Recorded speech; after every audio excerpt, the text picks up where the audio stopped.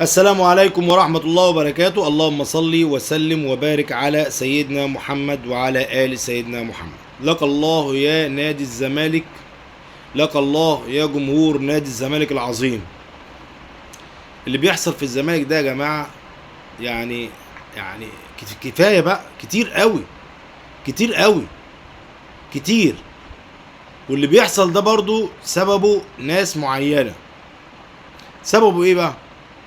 سببه اللي بعض اللعيبه القدامى والنقاد بتوع الزمالك كانوا بيطلعوا في البرامج الرياضيه من اول 4 مطوشه او اول 3 مطوشه، يقول لك انا متصدر الدوري وانا مش شايف تحت مني، والمنافس بتاعي مش عارف بيلعب على الهبوط، ومش عارف خلاص انا خدت البطوله وهلعب في بطوله ابطال الدوري خلاص ورايح وجاي وماليش منافس.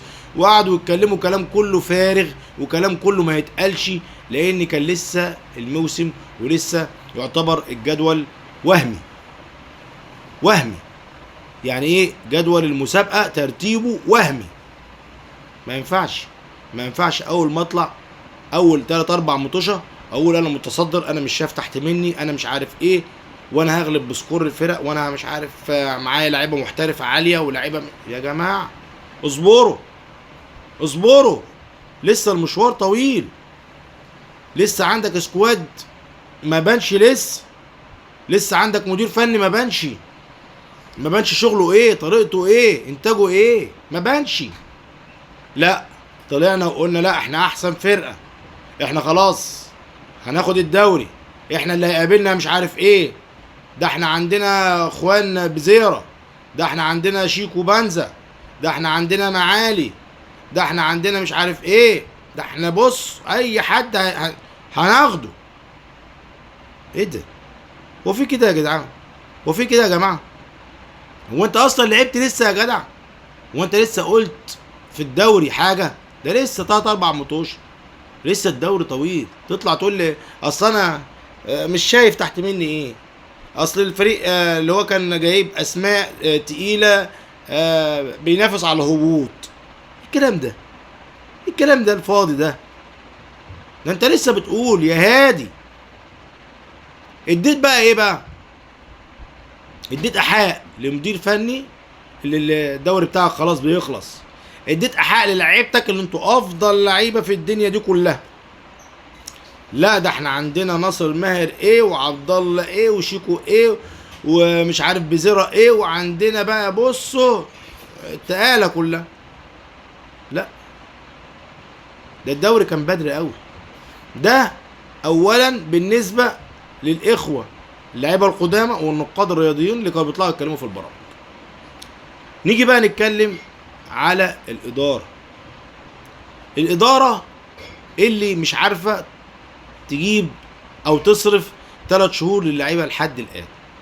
الاداره اللي مش عارفه تدي الفلوس للمدير الفني اللي انا مش عارف همشيه ازاي وانا ما اديتلوش فلوسه؟ طب هجيب له الشرط الجزائي منين؟ طب انا مطالب اللعيبه دي تديني اقصى جهد وهم ما خدوش فلوسهم ازاي؟ هتقول لي الاداره ما تعبت في الاول وقعد تسد ديون، انا معاك. هتيجي تقول لي برضه وانت كل شويه تقول الاداره، ما هي الاداره هي كل حاجه. لو عندك اداره قويه ومعاها فلوس هتجيب لعيبه كويسه سوبر، وهتجيب مدير فني سوبر. وده ما جاش، وده ما حصلش، وده اللي انا قلت عليه. لو اللي بيتابع فيديوهاتي انا قلت مدير فني ضعيف، سكواد ضعيف، محدش صدق. وده اللي بنشوفه. احنا الحمد لله رب العالمين لعبنا كوره وفاهمين كوره، وقلنا الكلام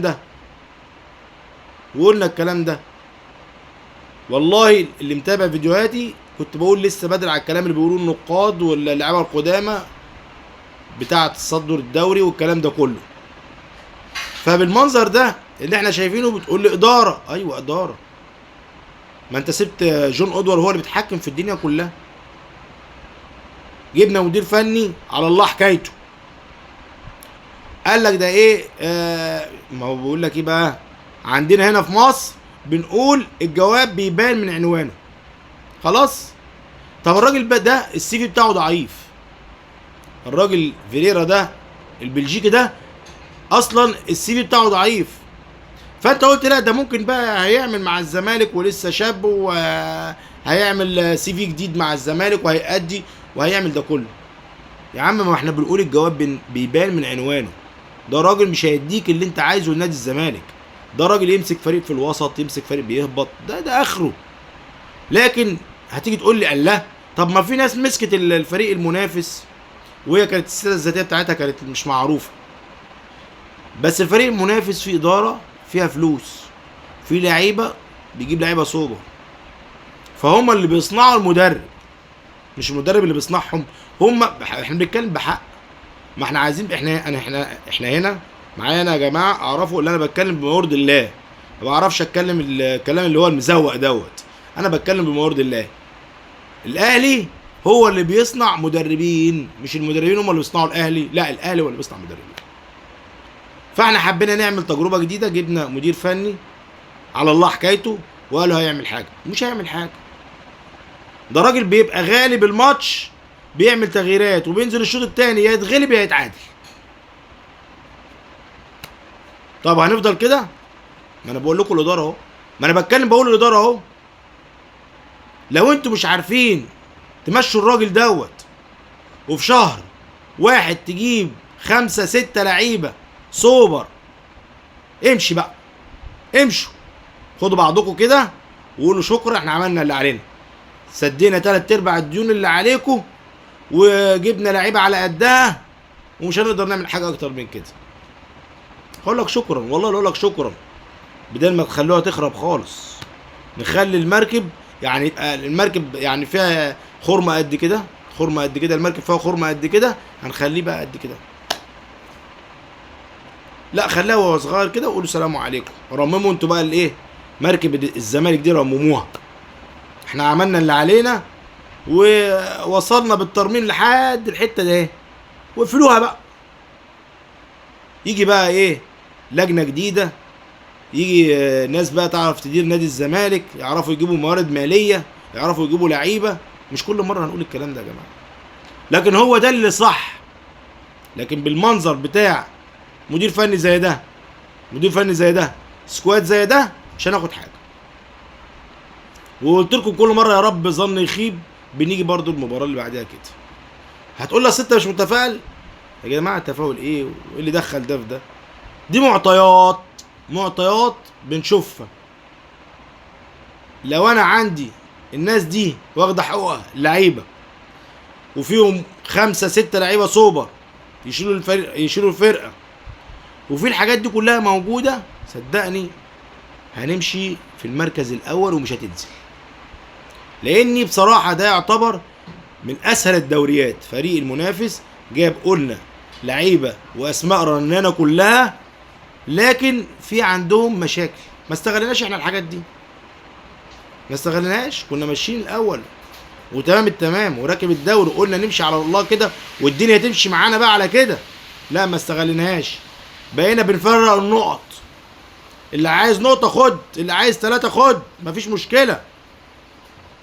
ده احنا النادي الحنين اللي بيفرق وبيوزع. انت هتهبط، لا ما تهبطش، خد 3 نقط اهم. انت في وسط الدوري، لا انا هخليك في المقدمه. انت عايز تتصدر، خد لك 3 نقط اهم تتصدر بيهم يا اهل. هو ده اللي عملناه. فبالمنظر ده بالشكل ده الجمهور هو اللي يا جماعه بيحاسب على الفواتير دي كلها. الجمهور مش عارف يمشي في الشوارع، حزنانين. كان عندهم امل اللي فرقتهم تتصدر وان شاء الله تمشي في التصدر للبطولة الدوري عشان يلعب ابطال الدوري ويروح كاس عالم الاندية. اللي نفسه يروح، نكون واضحين كده، نفسهم يروحوها. لكن بالمنظر اللي احنا شايفينه ده، بالمنظر ده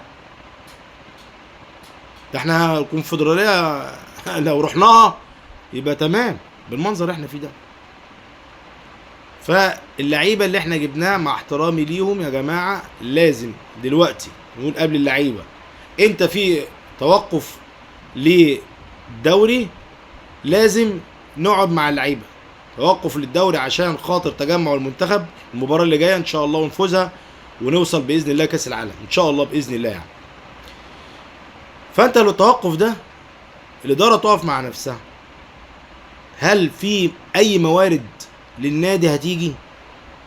طيب فيه، يبقى على خير وبركه كده، ندي اللعيبه فلوسها ونمشي المدير الفني دوت، ونشوف ان شاء الله كده نحط عينينا على 5 6 لعيبه سوبر لازم يجوا ويتكاتفوا كده ويشوفوا رجال الاعمال الزملكاويه اللي بيحبوا الزمالك صح، مش اللي بيتكلموا يقول لك احنا بنحب الزمالك بس.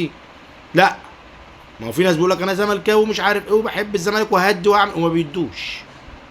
لا، نشوف الناس اللي بتحب الزمالك وعايزه تساهم في بناء نادي الزمالك، يبقى الناس ديت تيجي ونقعد معاه ونشوف هيساعدوا ازاي، ونشوف اللعيبه اللي مش عايزه تقعد في الزمالك. ايوه، في لعيبه مش عايزه تقعد في الزمالك، في لعيبه مشتته عايزه تروح النادي المنافس. ما تروح يا عم، ما تروح. ومش نقولها بالعربي كده، حسام عبد المجيد محمد السيد، اللعيبه دي عايزين يمشوا مع السلامه يا عم. اقعدوا مع اللعيبه وقولوا لهم اللي عايز يمشي مع السلامه، حتى لو راح الاهلي. عايز حاجه اكتر من كده؟ حتى لو رايح الاهلي يروح، ما هو عقله مش معاك. لو بصيت في الثمان 9 تجوان اللي دخلوا في الزمالك هتلاقي مشارك فيهم حسام عبد المجيد بنسبه 100%، زي الخطأ بتاع امبارح كده. كوره واحد بيطفشها بتاع المحله، بيطفشها مش بيلعبها، بيطفشها. كابتن بنتايج بيديها للاعب والكابتن عمر بيخبطها فيه ومش عارف ايه، والولد يروح يجيب جول وشكرا على كده. في بقى الاثنين المساكين بتوعي محمد اسماعيل والكابتن عبد المجيد لسه جايين وبياخدوا توك توك وهم جايين، بيدوروا على توك توك يجوا بيه، بيدوروا على توك توك يجوا بيه. فلما نبص كده نقعد مع اللعيبه ونقول اللي عايز يقعد في الزمالك اهلا وسهلا بيه، اللي عايز يمشي مع السلامه. فانا بقول يا جماعه دي روجيتا اللي هي الاداره تقعد تشوف في الناس هتديهم فلوس، في ناس هتقف معاهم اهلا وسهلا، في لعيبه هتيجي في يناير يبقى تمام، يبقى اقل حاجه 5. في لعيبه لازم تمشي، اولهم شيكوبانزا ما عندوش. الراجل امبارح في الجون بيحط الكوره بايده، انت في قلب الجون يعني امبارح احنا قلنا مثلا هتبقى الكوره خرجت من معالي، قلنا هتبقى اوف سايد، لكن لما نبص الكابتن معروف امبارح بيقول لك ايه؟ الكوره جايه في ايد اللاعب، جايه في ايده. لما يبقى لاعب في الشبكه ومش عارف يجيب الكوره بيحطها بايده، ده لاعب قوه زي ما قلت مع احترامي ليه، يعني هو لاعب قوه يجري جري بتاع جري بس، لكن فنيات ما هو منه لله. والله يسامحه اللي مشى شلبي ومشى نيمار، هنضعف الاشياء يا جدع. لو اضعف حاجه كنت هتحطهم على الاقل احتياطي، بس كانوا ينزلوا يعملوا فرق صدقني. جبنا لاعب تاني افريقي اللي هو باك يمين لعمر جابر، ما شفناهوش. ما هو شكله لاعب على قده، ما هو بالمنظر ده لما انت برضو شايف عمر خلاص تعبان مستواه بينزل وما اديش فرصه للراجل ده، يبقى اللاعب ده جاي على قده. معالي برضو لاعب يعتبر ما فيش، لسه لاعب ناشئ، ما عندوش حنكه اللي هو يلعب باسم نادي الزمالك، نادي كبير زي دوت، ما عندوش اللي هو يستحمل قوه الضغط بتاع الجمهور دوت. لاعب يعني لسه، لكن بالمنظر ده احنا قلنا اغلبيه اللعيبه في الزمالك يا جماعه اغلبيتهم لا يصلح. كابتن ناصر ماهر اللي قاعد بيتدلع في الزمالك، بقول اللي بيتدلع في الزمالك ليه بيتدلع؟ لان عارف نفسه الماتش الجاي يلعب اساسي والماتش اللي بعده يلعب اساسي، فضيع بقى جوان، ما العبش لزمايلي، العب لنفسي عادي مفيش مشكله. لكن برضو امبارح بانت يعني نقطه ضوء خير كده، احمد ربيع لاعب كويس، لاعب ان شاء الله هيفيد نادي الزمالك. نتمنى ما تكونش مباراه هو كده يعني، لكن هو شكله لاعب راجل وعنده يعني كتير لسه يدي للزمالك، واتمنى اللي هو يعني ربنا يكرمه كده ويبقى اضافه قويه لخط نص نادي الزمالك. لكن احنا بنقول الدوري لسه بدري يا جماعه، ويا ريت ما نرموش الفوطه من الاول. واحنا قلنا حلول الاداره تشوف هتعمل ايه وتجيب لاعيبه جديده، واللاعيبه اللي مش عايز تقعد في النادي يمشوها. بقول حتى لو هيروحوا النادي الاهلي مش مشكله، وان شاء الله خير في اللي جاي، ولسه الدوري طويل والفرق مش كتير. ده 3 نقط، 3 نقط والفرق مش كتير. هي عزيمة الرجالة بإذن الله بتوع رجالة الزمالك اللي إن شاء الله نتمنى اللي هم يقعدوا مع بعضهم كده على الأقل برجل واحد، ويراجعوا نفسهم ويشوفوا محبة الجمهور ده ليهم، الجمهور اللي على طول بيجري وراهم. الجمهور أنا قلت يا ريت ما يروحش عشان يعرفهم الدنيا ماشية ازاي ويحسسهم بالزعل، لكن برضه بيروح لأن هو أوفى جمهور. وأنا هختم الحلقة بتاعتي اللي هو أوفى جمهور في الدنيا دي كلها هو جمهور نادي الزمالك. اللي لعيبة الزمالك بصوا الجمهور دوت اللي ما شتمكمش بأي لفظ.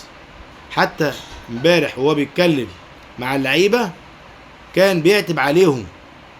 فأتمنى من لعيبة نادي الزمالك وإدارة نادي الزمالك يشوفوا الجمهور نادي الزمالك بس في المدرج عامل ازاي.